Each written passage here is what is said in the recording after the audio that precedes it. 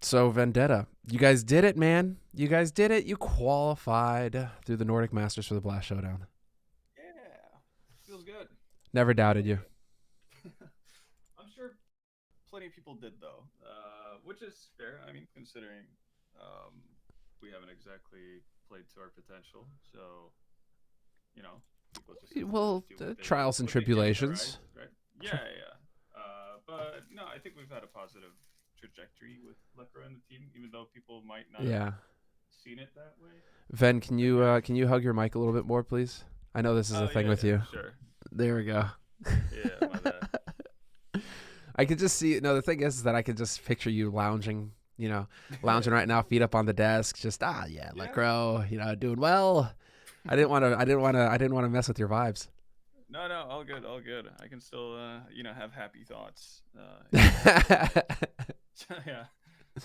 No, but That's it right there. Mir says it in the chat, and we were looking at the bracket because the bracket. I mean, tournament still coming into this. It was you got Ents, you got yeah, the Havu. Nordic one. This was looking pretty spicy, um, and you guys did a fantastic job. I mean, you just crushed through and through. You haven't dropped a map the entire tournament. Yeah, no, we got into good steam. Like Lekr0 was obviously beast throughout the entire thing, but no, it felt pretty comfortable. Like this is one of the tournaments or a slew of official games where we actually played like in practice, which is kind of nice. That doesn't happen too often. Wait, you a bunch of teams or a bunch of maps? Sorry. No, no, no. Like we played like we would in practice in terms of Okay. like actually playing decent Counter Strike. Because we've been very up and down on that in a lot of the other official games we've played. Like it's Right. a bit up and down.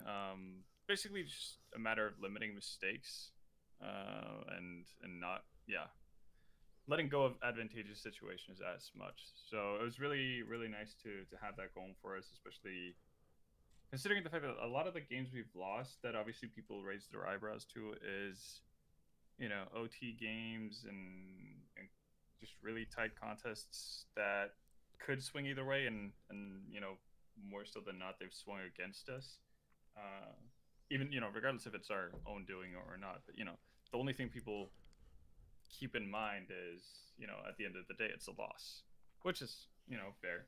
Yeah. Can't really live on but we too or we took a map off XYZ. That doesn't really shoot you up the rankings or solidify your spot as a potentially good team. You got to actually win some of these games every now and again. And well, I mean, dude, in terms of individual performance, I'm looking at the players in the tournament and who performed well, and it's just like Dignitas, Dignitas, Mad Lions, Yeah, Dignitas, Havu, Dignitas. You guys were just popping off. Even Freiburg had a 1.04. Like that's super solid. yeah, I'm really happy with how everyone did. Again, I think it's nice for him. I think it's nice for us. Obviously, seeing Lekr0 Yeah. doing so well early. I think he's loving life, not having to be an Inga leader, just being able to be Lekr0 the player.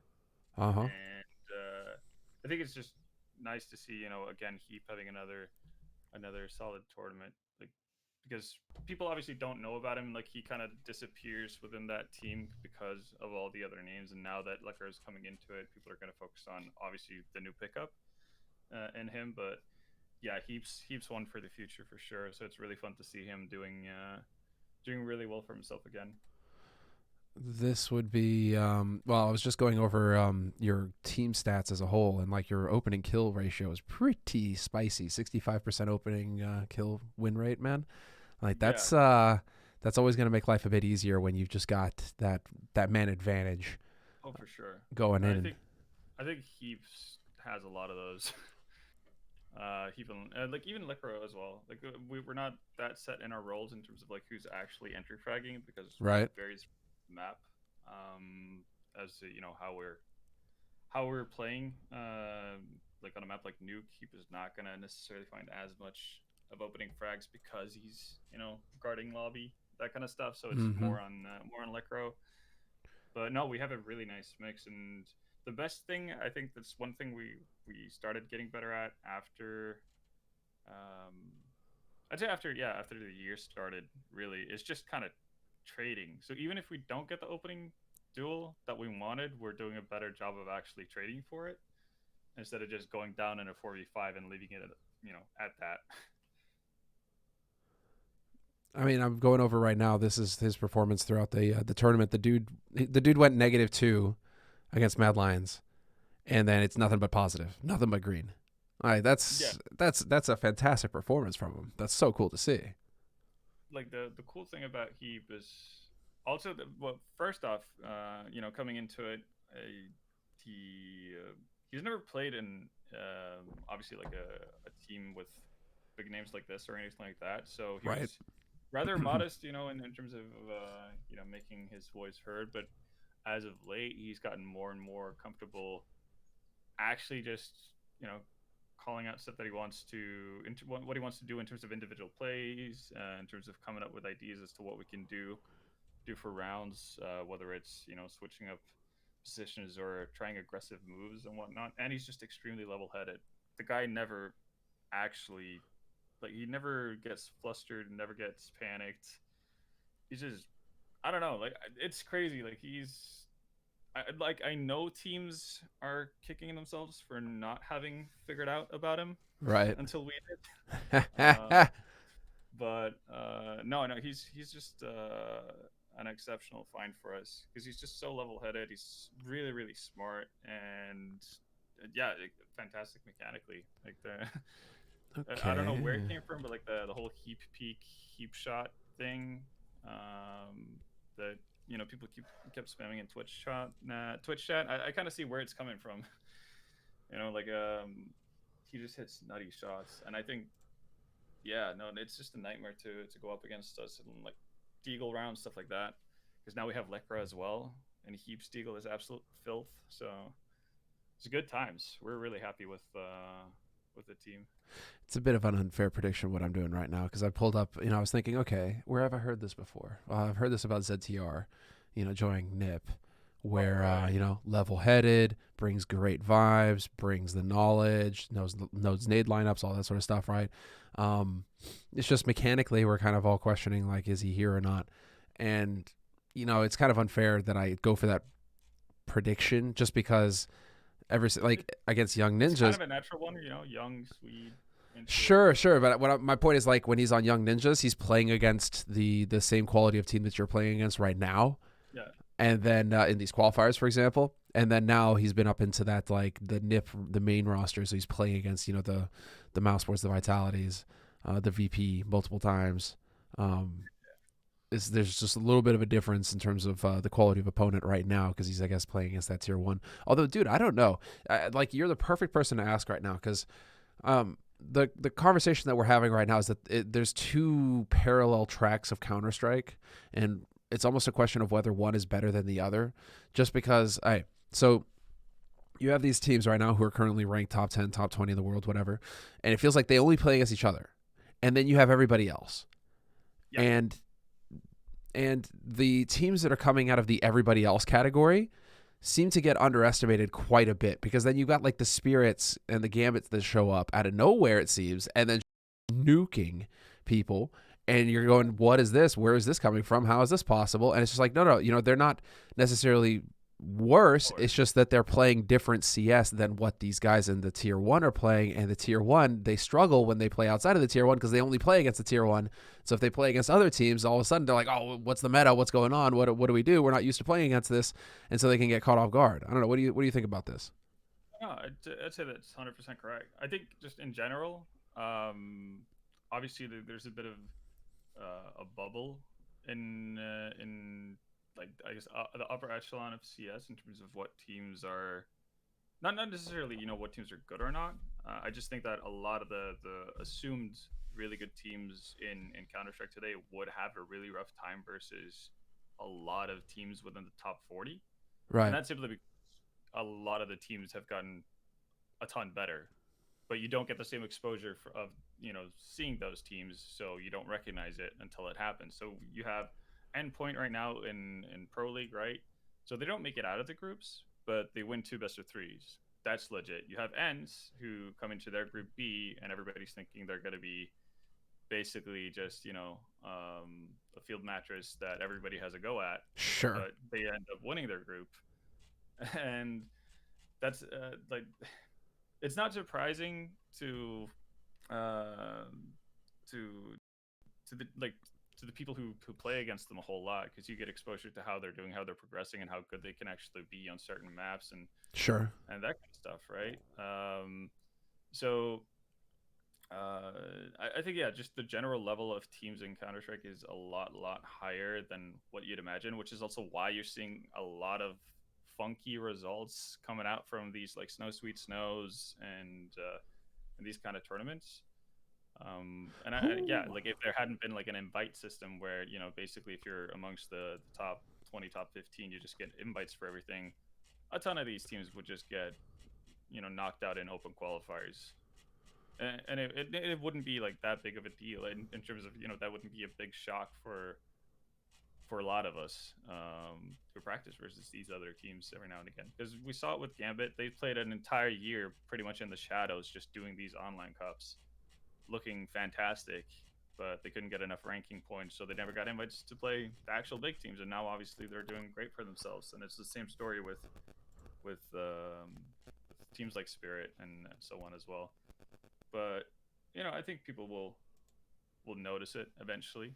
It might take a while, but it's definitely there. And yeah, That or they're no, just gonna get smashed in the face at some point, and they're to notice. yeah, no, it might not be like a thing that's gonna last forever, but no, the general level of all the individual players, in these teams are extremely high. But it's also, it's a big factor what you mentioned as well, that the play styles are quite different, and that's something we've struggled with a whole ton as well. Like Right. we only prefer playing tier one opposition because we can understand what's going on, and then we play a team like Windstrike, and we just get thoroughly confused for 15 rounds because we can never feel like we have a good grasp of what's going on. Because they just have a whole different set of thinking about how to play the game than what the established teams do. So it becomes really weird. It's just what like I'm going crazy here because I'm trying to remember where I saw it, and I think it may be in my Discord. I think it was MST who was bringing this up, but we were just looking like he was looking at stat breakdowns because what you said about Ents managing to make it out of their group, Yeah. um, it's like statistically nobody on Ents performed well, but Mm. FaZe, if you look at FaZe versus if you look at Ence's performance on an individual level, like FaZe look like they just murdered their group and they should be top 2 in their group on an individual performance level, except that they're 5th. Whereas Ence, it's like everybody's in the red and yet they're second in their group. And it's just weird statistically how to read the game in terms of individual performance right now. Winning the right games, right? Yeah. So, Ends made it through, but they lost. What, they lost 2-1 versus Mouse Sports. But the games they won, right? That was like 16-12, 16-14, so very tightly contested games. And the one map they lost, that was a 16-5 stomp. Right. So they come out of that game looking like they didn't do too well because of that one Vertigo game just fucks the stats completely. Right. And they do that, for they lost 2-1 versus NIF as well, right? And on Nuke they get smashed 16-2. That's obviously going to fuck up, the individual stats and how it all looks. For sure. So basically, as long as like you can win 16-14, 16-14 your two maps, and then you lose one horribly, and obviously it's gonna skew how things look statistically. So yeah, you need to kind of look beyond just what's on, I guess, paper, if you want to put it that way. Sure, And I sure, think sure. I think the final game, the FaZe Ends game, was that after both teams had kind of sealed their faith. I think Ents was already through and FaZe were already out. So right? Mm-hmm. And I think that matchup ended 16-4, 16-3 for FaZe. Yeah, definitely. So Definitely might have helped things in terms of the paper at the end. yeah, I'm actually looking at it now. It's like The face ends game. Twist was plus 27. Cold plus That's it. 23.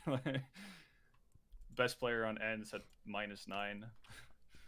What I wanted to see here would be the Pro League statistics now. Who is got.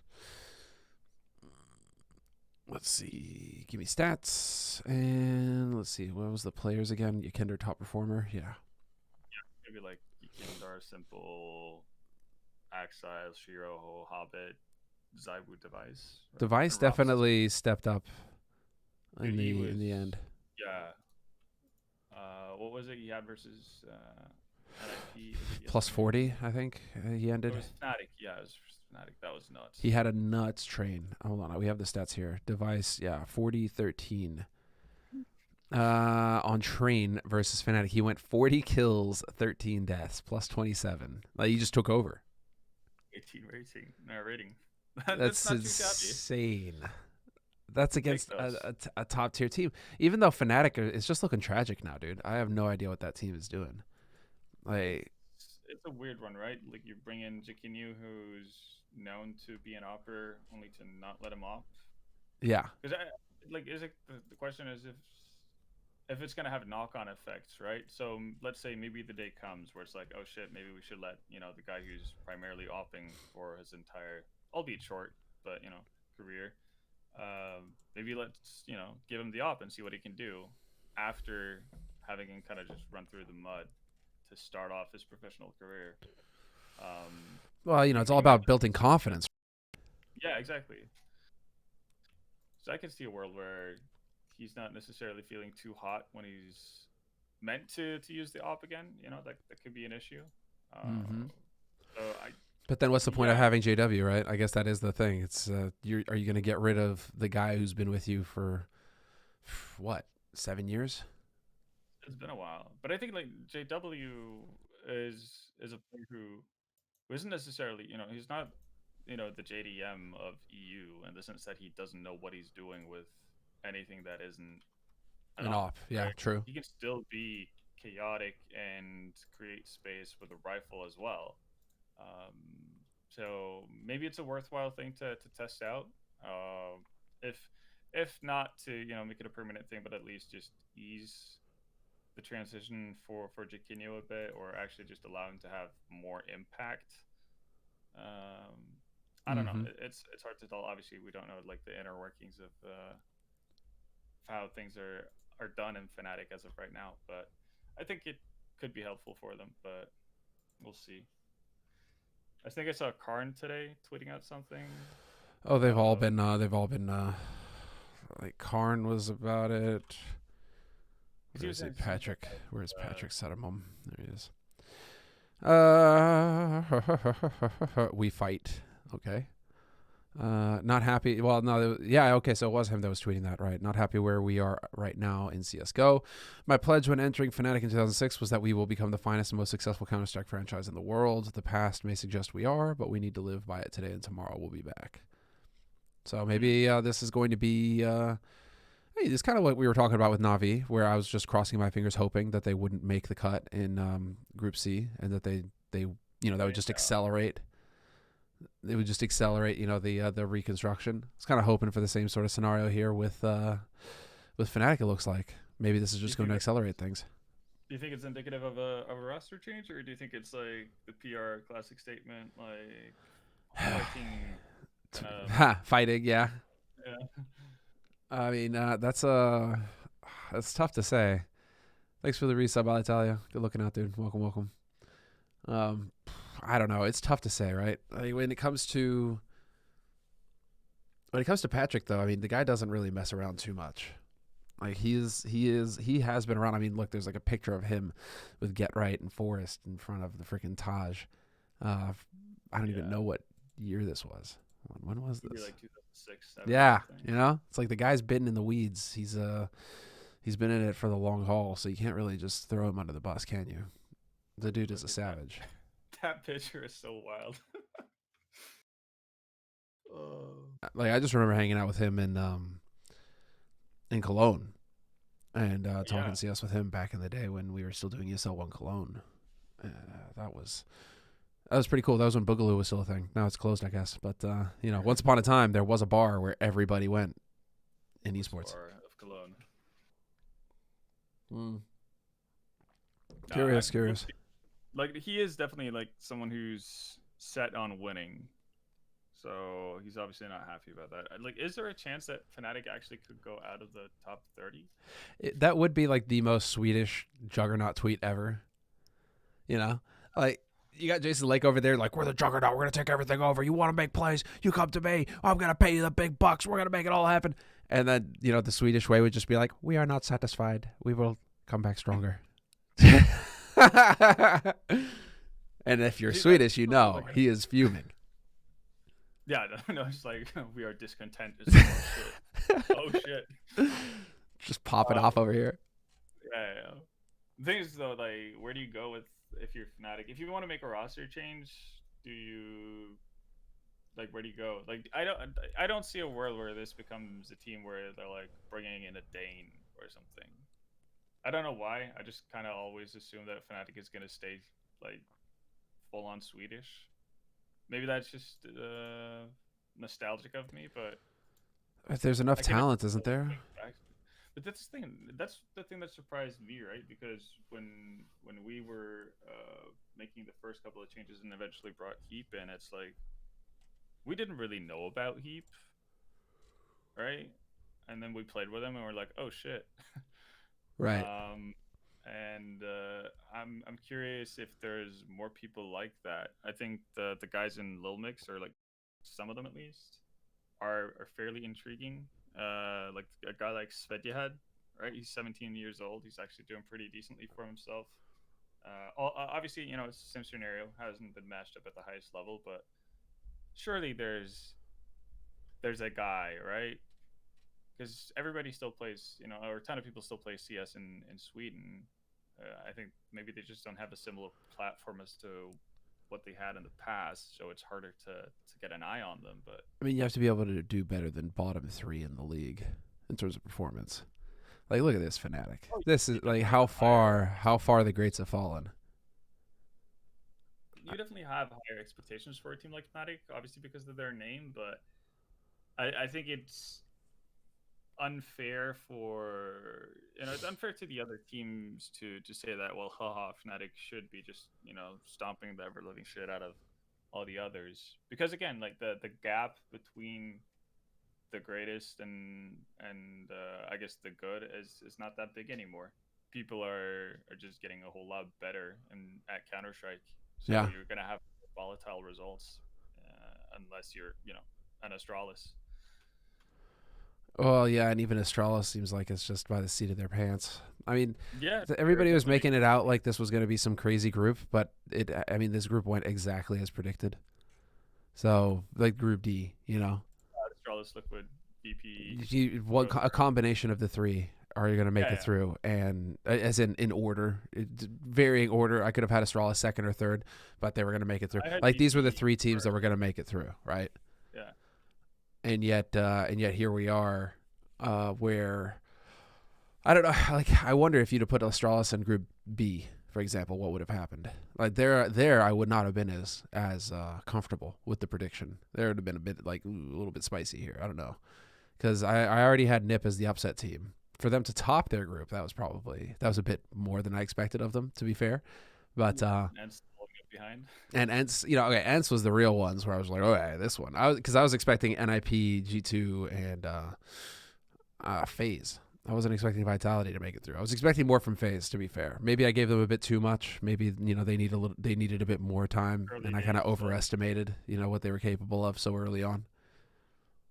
But you just look at that lineup and you're like, yeah, they're gonna do well for themselves. Seriously though, right? Yeah. No, you kind of expect an instant honeymoon kind of thing out of them just because they're so skilled individually, and now they have. To be fair, I expected them to beat G2. Like, I was a bit disappointed when they went down 2-0 to G2. Like, I expected them to beat G2. Yeah, I could have seen that as well. I actually would have. If you had told me like FaZe are beating G2, then I would have been like, yeah, no, that makes sense. Yeah, that was the G2 one match where I was like, this is. Because if they beat G2, it's a totally different group, right? So get through on the behalf, like instead of G2 at that point. Mm-hmm. And maybe even they take down Ents. Ents doesn't get it. Maybe we're looking at a totally different situation here. I don't even know, right? Because it's like if Ents beat G2, how is FaZe not beating G2? But yeah, I don't know. Very like there's like this online CS is just weird times, man. It's I kind think of the biggest what the fuck for me throughout the entire group stage was big, ending up last, like dead last in their group. I did not see that coming. beneath Renegades in terms of performance. Yeah, I because didn't I think the one team Renegades was big, right? Oh yeah, they So 2-0'd them. And that was yeah, on the yeah, last day when they were already done. But I mean, oh wow, 19-15 and 16-13. I mean, those are close scores. yeah. Those were not stomps. The crazy thing, right? That's the wild thing for big. They're -3 over the entire group stage, and they won one game. But So they've big, had a lot of really close games. big. I mean, it's such a man. It's such a weird performance lately. I don't get. Like I don't get what their deal is because it feels like they have all the tools, right? It feels Yeah, like for sure. everything is there. They've got a system. Crazy They've good got team. aimers. They've got guys that can pop off and individually take over games. They So it have one of feels the like, best offers in the world, right? And Searson. yeah, you got one of the best operators in the world who's actually dropped off a little bit, I guess, considering whatever the hell's going on right now. Um, but like Searson is not bringing that same level of consistency that we've seen from him in the past. We're getting a little bit more red in the column than we're used to seeing from him. So that makes you wonder, right? I kind of feel like it's gonna be one of those classic ones where it's like Big has a dipping performance, and you go like, oh yeah, no, this is where Big falls off, and then they just go into their lab, and then they come out with something insane, and then they end up winning a Woo. big event. Swisher CS raiding with the party at 94. Thanks, dude. Hope you had a good stream. What I'm wondering, like, look at this 3-map. Like he had a 3-map zone. This is when he broke Astralis' heart in the Blast Global Finals. Blast Global Finals. That was wild. I mean, that was just such a nuts performance from him. So this absolutely annihilated Astralis. Astralis were looking like they were gonna win, and then nope. Check this out. Yeah, check that out. But then he also went on to have like an insane performance against NIP immediately after that, 21-8, 28-17, like, and then proceeds to kind of dip a little bit after that. It felt like. I mean, MIBR, we're not really gonna pay too close attention to that result, but they lose to Spirit. I mean, that's kind of expected right now. Spirit, yeah, Spirit's got Dexter as well. Probably one of the other top operas in the world right now. He's so good. They're gonna have a bit of time now. I mean, well, they will have had a bit of time. It's been like a couple weeks since their group now. I wonder what's coming up next for Big. They're playing Havu today. They're playing Havu today. Okay. Mistaken, because they're doing the Pinnacle Cup thingy. Oh, okay. So they're involved with Maybe it's that. not today. Maybe it's Monday. tomorrow. Let me see. But no, I feel like bigger that kind of team that you can never really count out because they just do much more prep than most others. And I'm not saying that they go April into 3rd. it stratting people, but they come up with new stuff. I think Big is the team for innovation on Counter Strike. Right. Which kind of makes sense considering they've been going the route of GOB. They've they're true disciples, so they find new stuff, and they're one of the teams that innovates. Which kind of brings me into you wanted to talk about Vertigo. It's one of the reasons why I really enjoy Vertigo a whole lot because it's one of Okay. the maps still being continuously innovated on, even though it might not feel that way for a lot of people watching. Because I think to a certain extent, with when you have two teams who are not necessarily that into Vertigo but still play it, you do get a lot of like, okay, we're gonna do the nip execute on A, and we're just gonna creep our way up and plant the bomb while the smokes are down, and now we're playing after plants. And that's just Vertigo in a nutshell. But no, there's like tons of innovation on that map that's really fun, and just adds like small things, small details that are just really fun to play around with and experiment with. And you don't really get that too much on other maps. I think like one of the most boring maps in the map pool right now is just Overpass. Overpass. Overpass is the most dull way. just look at like how pretty much every top 20 team plays T side overpass. It's either 5 man or 4 man boost into a 5 man pack, just walking as far as they can up towards A and then running off of contact, Sure. or it's a straight up B execute, and that's literally overpass. Uh, that's fair. It is pretty straightforward right now. Or you sit in I guess water, you sit in like sewers, and just hope that somebody yeah, jump just hanging peaks. out. Yeah, and it's like gone are the days where you had like the old Dignitas slash Northway like with Magisk and config, like hyper aggressive CT sides on Yeah, A, taking fights constantly everywhere. trying to constantly trying to fuck shit up.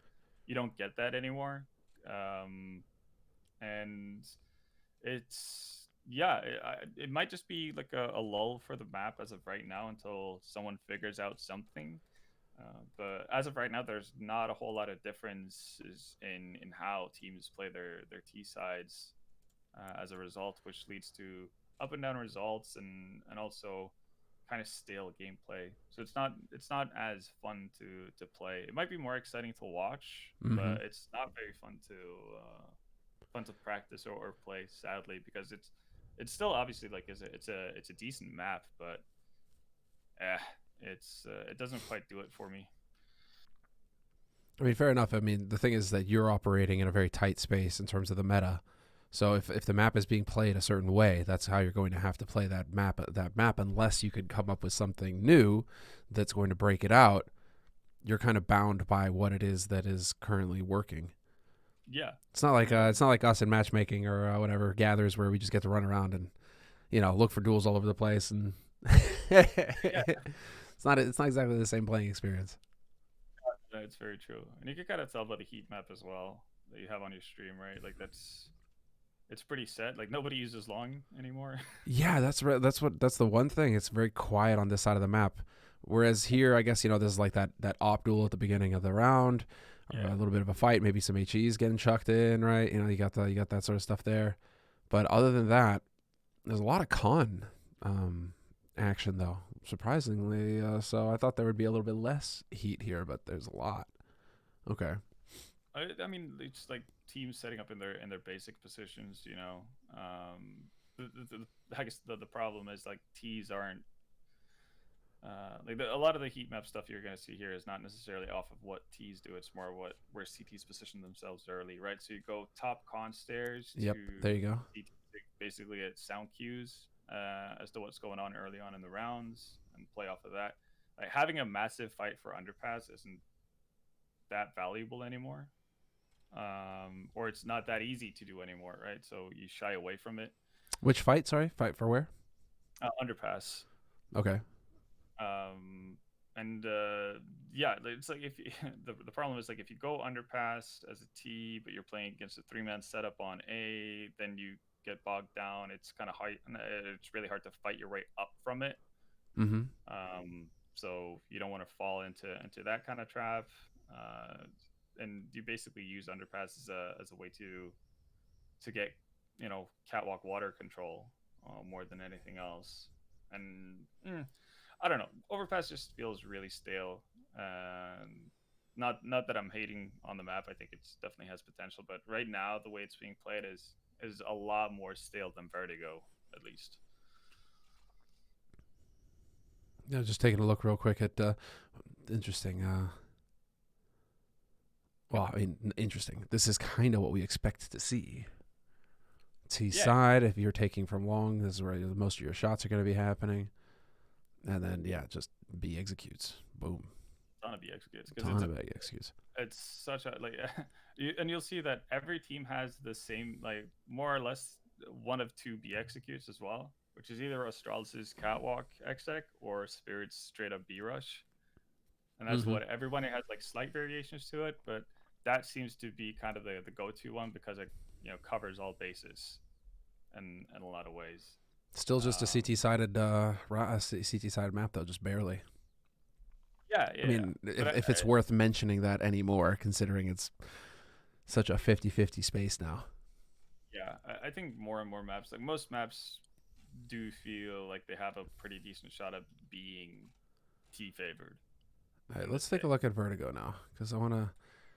We gotta come back to what sparked all of this, because I'm just annoyed. Like when I play Vertigo right now, I think it's going to be again, it's going to be a completely different experience if you have a team that you've built strats with and a Yeah, pug. just I think like the key But things is like you're just knowing holding names. shift the entire time. You can never actually run on this map because you're just going to give away information. Like that's the weird thing that we've noticed in practice that teams are have become so much more able to actually make quick rotations. Like let's say Okay. you'll have the standard, like we're playing CT and you'll have the standard fight for A ramp initially, right? So you do deep ramp Yeah. smoke and you have a guy swinging out from yellow and you have a guy standing on top of MSL, like the crane Okay. ledge thingy. And you're doing your fight there and everything, and maybe you get a couple of kills and everything, and you think like, okay, yeah, no, we've got control over the map. Now we can kind of control what's going on. And one of the teams that we've noticed are just exceptionally good at it, just darting towards the B bomb side after putting a lot of pressure on A is Gambit. I don't know how they do it, but they somehow manage to get to B all the time without making noise, or less, not something audible that we can pick up on. And So we they haven't get to quite figured out. be quick, running quickly. Yeah, it feels like it's like in the span of 10 to 15 seconds, they've already made it up to like the top of stairs to the point where like you need to have, pop flashes for your guy playing at B if he's going to take that fight. Otherwise, he's going to get mowed down. And somehow they've managed to get numbers there, even though they were just fighting at A with what is, three people at the very least. So so if they've figured something out in terms of just how they make the rotation paths or like where they can actually run and not just make it completely evident. I love how Um, look at this difference in the heat maps. If you go on the last 3 months, you put CT side for kills, and it's like okay, you got some hot spots, the common spots that you mhm. can really check and see, and it's like okay, and then you go T side. It's just like vomit everywhere. It's just fucking kills all over the place. Yeah, What do you make? How do you make sense of any of this? It's just like you just kill from everywhere. Fuck it. shit's happening, and that's the cool thing. Like it's still not like Vertigo to start off was literally just a simulator until Yeah. people started figuring out how you could either like you have teams like the old Mad Lions, Gambit does this as well. I just probably playing more teams as well. I think Big does it too. With these like you have these sick pop flashes from mid window, when you're like the classic position where you're holding mid from generator Okay. as a T, basically you go on top of the stairs, you stand behind the Yeah, the the little Jenny generating here. thing. Yeah, and you're just Yeah, holding this way. Got it. yeah, exactly. And then you go in like to the opening of that mid entrance Okay. on the T side of it, right? And there's like a pair of pop flashes you can do from there into B that just flashes the entirety of the site. Really? Yeah, yeah, yeah. And like just like so many openings, like fun little details that's been added on, and like having that, you can still apply A pressure, and you can still have a quick lurk mid off of that, like and like you could get really far up. So now if you utilize either mouse sports one way smoke or the big one way smoke on B stairs, you've already gained tons of ground. Mm-hmm. And just coupled with two well placed or well timed pop flashes, you're already deep up, T quad over towards double boxes on site, and you're just making CT's life a nightmare. So It the, doesn't sound fun if you're a CT. If you got to worry about a flash that can flash the entire site and it's a pop flash at that, that just sounds really sad. Like you're yeah, yeah, just gonna no, be really frustrated. it's really tough. So I think like teams, like that's the cool thing. Like and that's gonna be I think that's gonna be the evolution of Vertigo as well. The fact that you've seen B site CT being rather static, but then you're also seeing, players like Sirison or Shiro, a lot of these oppers, um, who do the doom drop, which is like you get a good spawn for B, you drop down next to like the wooden plank down onto like the little generator ledge that like below the B stairs. Mm-hmm. Like doing that as like an opening pick kind of a thing. Like you're gonna see B site CTE being a bit more brazen in how they go about to defend the site and everything, and try to get like an opening for your team and relieve pressure instead of just constantly being like slowly pushed back, which I think is really good.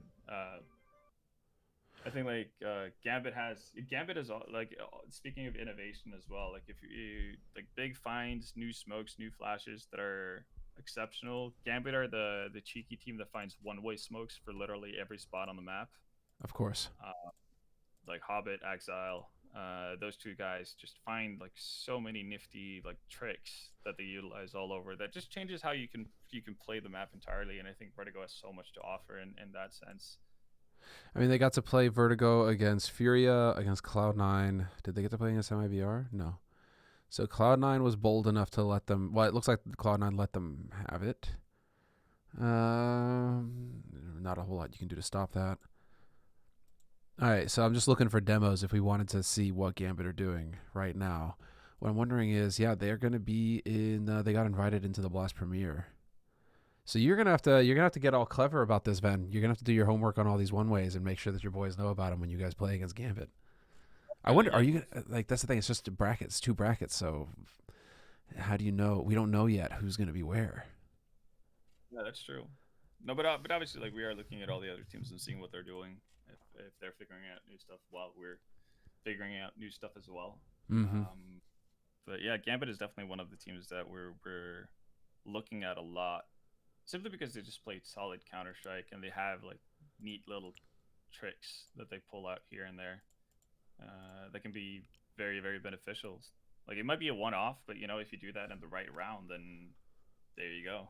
Yeah, You know you've sorted yourself out for at least 2 to 3 more rounds and gotten an advantage. You know economically, all that kind of stuff. So they're really fun to watch. that's so cool. It's gonna be so much fun. I mean, this is already gonna be an insane tournament. Uh, like Oh, this is definitely gonna be popping. I mean, Heroic is here. I mean, everybody look at this. Astralis, G2, Liquid. I mean, this is a true. This is going to be a true bloodbath. Only two teams it's make it kind through. of wild how many good teams ended up in the showdown. I mean, you've It's got Gambit so, in here. Only two teams make it through this. This is going to be absolutely savage. yeah, it's a bloodbath and a half. We're looking forward to it though. Like they like obviously these are the kind of teams that we wanted to play for a long time. We feel more comfortable playing against a let's say Astralis than we do playing against a yeah like a Wind Strike for instance, because we Sure. just gotta figure out more reason, or at least in our heads, you know, I guess the way of thinking aligns more with what Astralis is doing than what Wind Strike are doing. So Sure. us we can play off of that better, which is obviously like great when you're in that company, but when you're obviously like not in the spot where you're getting invites for these tournaments or qualifying for these tournaments, it's kind of tough to justify like, well, we would probably do better versus the better teams because you know we still need to beat whatever's in front of us. That has got to be the most frustrating thing, though, because it really shows just how much depth you have to have now. Because you need to be able to play against a super structured, logical team like Astralis, who Mm-hmm. are going to be super structured, going to be super logical. You know that everything they do has a purpose, and they'll still beat you. Yeah, They'll still just grind you down that way. But then you get to go up against a Windstrike or somebody else who's going to be, or a Spirit, let's say, who, yes, they're going to have a method to the madness, but a lot of it is just, I'm going to shoot you in the face really hard, and you're going to have to deal with that. And the level of depth that you need as a team now to be able to deal with the chaotic as well as deal with the structured. You got to be able to do it all now in order to qualify for these big tournaments. and like the, like, it's like us not being able to understand the method of it, you know, Oh, be behind their madness. To them it makes sense. Like there's one example. I'm not sure if you can pull up the VOD. Maybe it might be hard to find, but if you look up Spirit's game versus Sprout at DreamHack Open on Dust 2. let's see. DreamHack Open. I'll see if I can find the Wait, VOD. DreamHack Open when? March? It would be Spirit versus Sprout on Dust 2 DreamHack Open. The game ended. I think it might have been. Was it the one in January? Yeah, it was the one in January. Spirit, So Sprout. Okay, they're both here. Yeah. And they would have been in the groups. And I'm guessing that would have been the last match. Dust 2, you said? yeah, that's 2 16 16 12 12, yeah. in favor of Spirit. Let's see, And if map you 3.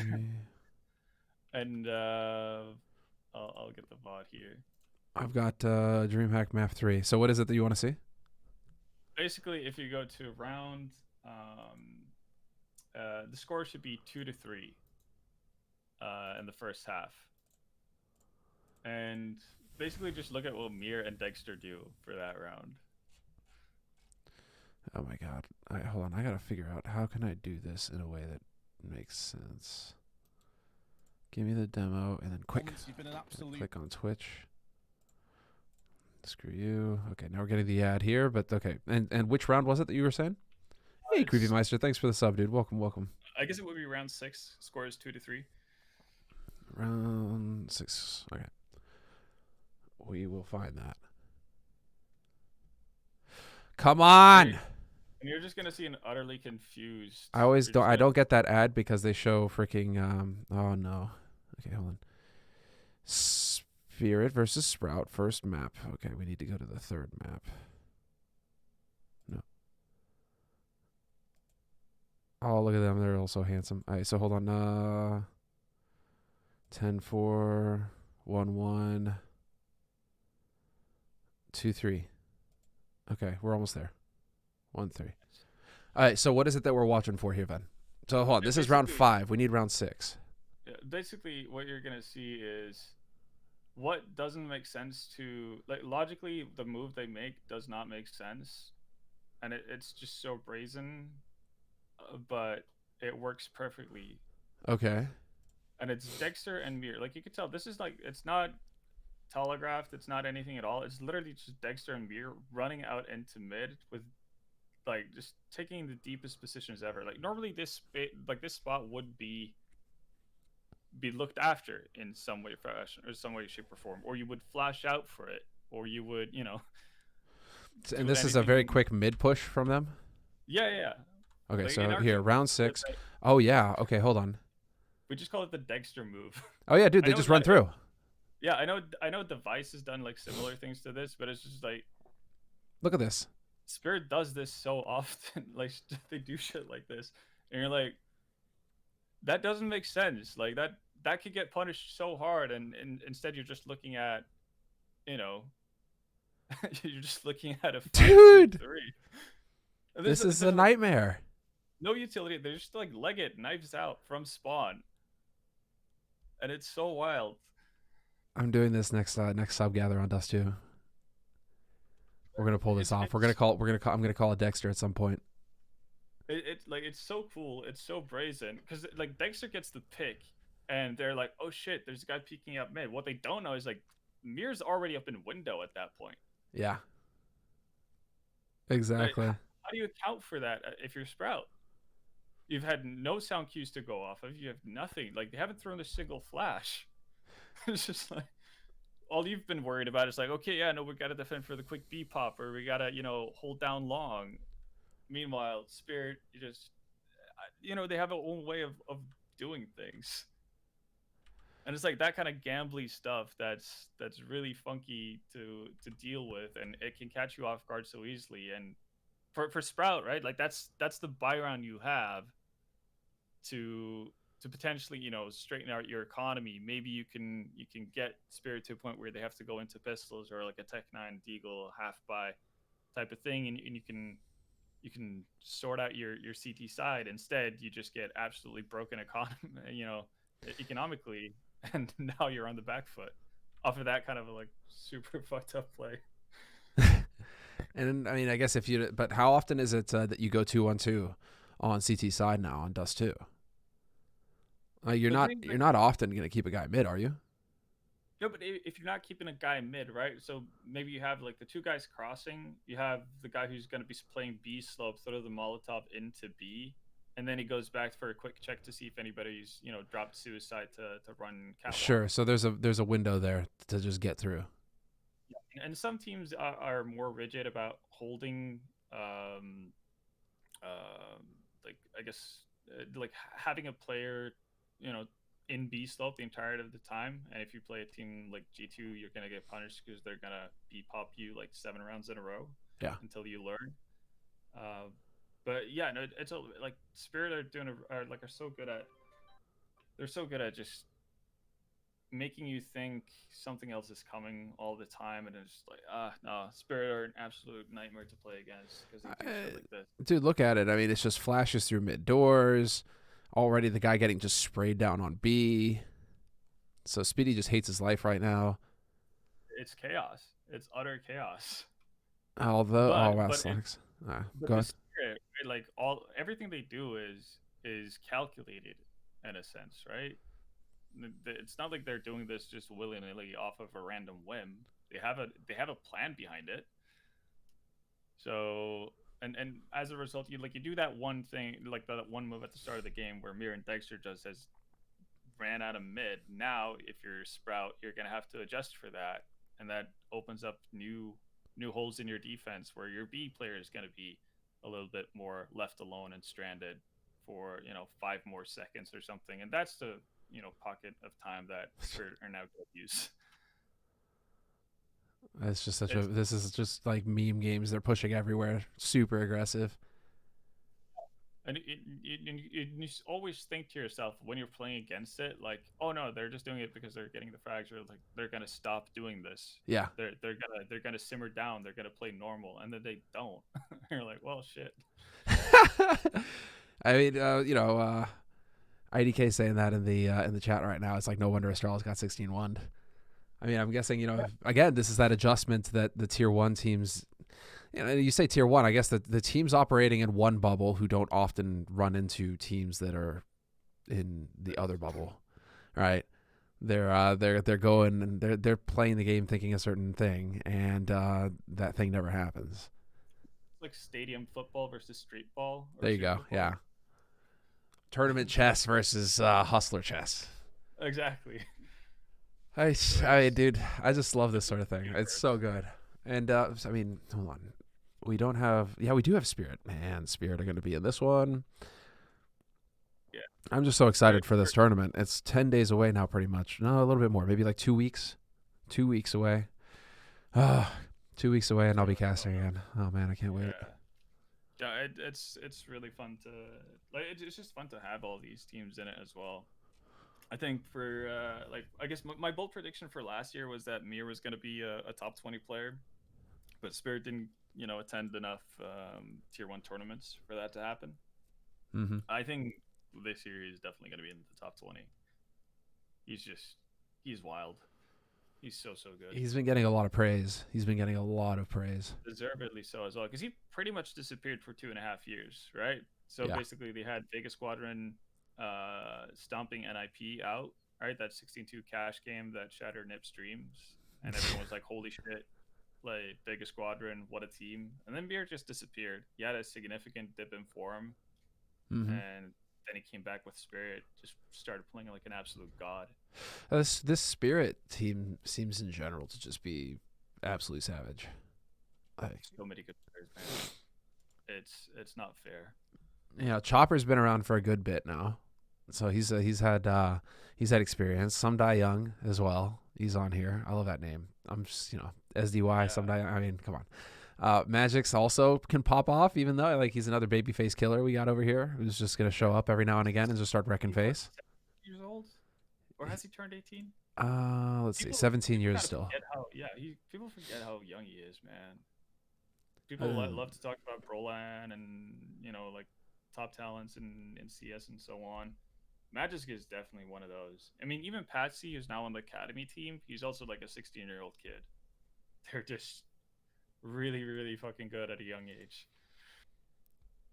Then you got Mir, 25, still young, still got plenty of fight. He's showing, right? Like you don't necessarily have to have a prime in your early 20s. Like Mir's better than he's ever been. And Oh yeah. I don't see any reason for it to kind of slow down as long as The only reason it slows down is when you start having a family and kids and everything. Like that's where. I mean, how are you guys balancing that with f0rest? Because f0rest is fixing to have a second one. That's really gonna throw a wrench in things.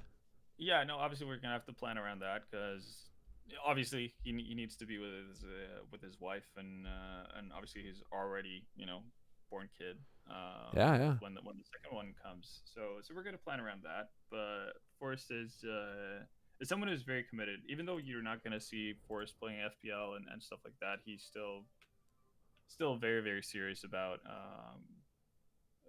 being good at Counter Strike. And I think obviously it is beneficial for him that he seems to be one of those people who is just talented at the game. And True. That helps. So I'm told. yeah, like I guess he has it easy in that way, which is why he's going to be 33 years old and still a fucking fantastic player. Hmm. But no, like even though we have to work around it, I don't think it's going to be cause too much of an issue. Like I'm never worried about Forrest being out of shape, to put it that way, because stuff just comes naturally to him, and it's really frustrating to watch because you obviously know that in order to do the same thing as he do and like he does, you would need to average like 100 hours over 2 weeks for Yeah. 5 years, and he can do it without seemingly putting effort in. But obviously, no, he's still playing a lot, and I think it's been showcased as well. Like he's been solid for us.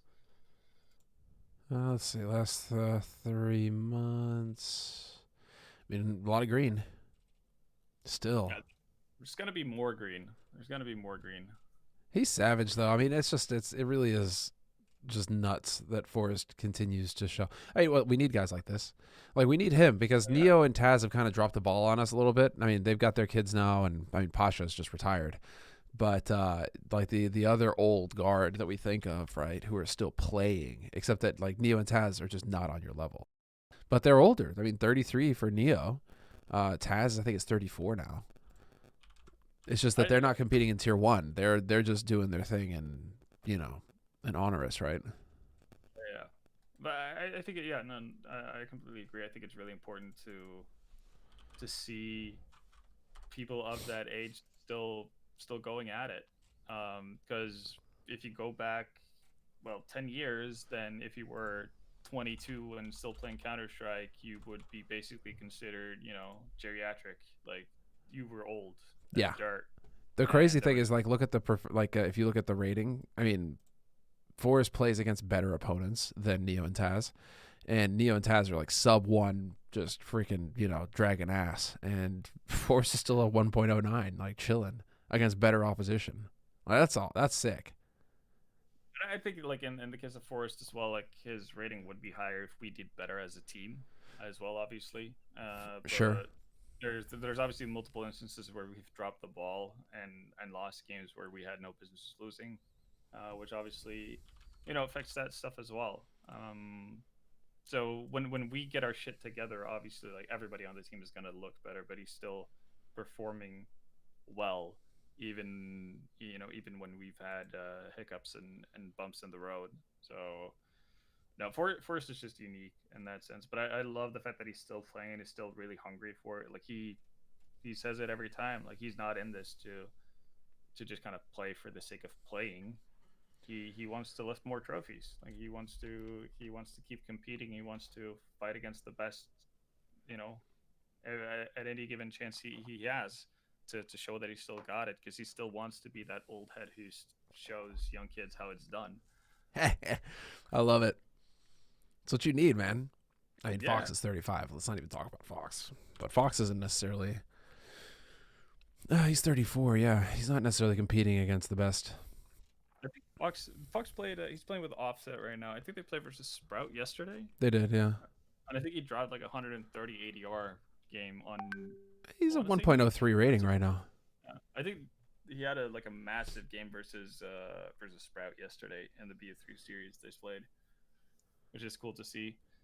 And again, like I don't think age is that much of a factor. It He's got a really kid isn't. too It's now, like, though. hmm? He's got a kid too now. Yeah, Fox. yeah. It's like it's not necessarily age that ends your career. It's time committed to the game, because obviously the older you get, the more of a likelihood you have of starting a family and doing stuff that takes time away from playing. But That's it's always not. been what we were saying, right? Yeah, because it's never a case of like, oh yeah, I know, like when you hit 30, your reaction time goes down the dumps, and you can't, you know, deal with that. That's not the case at all. So I think you need players to kind of push the boundaries of what's accepted as being, you know, an okay age to play at still. I think so. Flubberderpus is in here. What's the topic? Old dudes. I Accurate. accurate right now. Grown ass men. That's it. Grown up playing computer games. Well, I don't know, Ven. You wanna hop into some viewer games with me? Or I you? What are don't you actually. doing? You got some work. You got work to do. Yeah, we got we're meeting up in 40 minutes. Then we got a match versus f0rest at 12, and then we've got another best of three versus AGO at 5. All right, So so we're it's a playing a day. lot of officials this week. Yeah, but you gotta go through that grind as well to Well, to get what's those the tournament right points. now for you guys? Is it Pinnacle, Snow Sweet Snow 3? It's it's Snow Sweet Snow 3, the first one versus f0rest, and then it's the Fun Spark qualifier in at 5 versus AGO. So right now you're in the second round of the round robin. It looks like, or not round robin, Swiss. Swiss, yeah.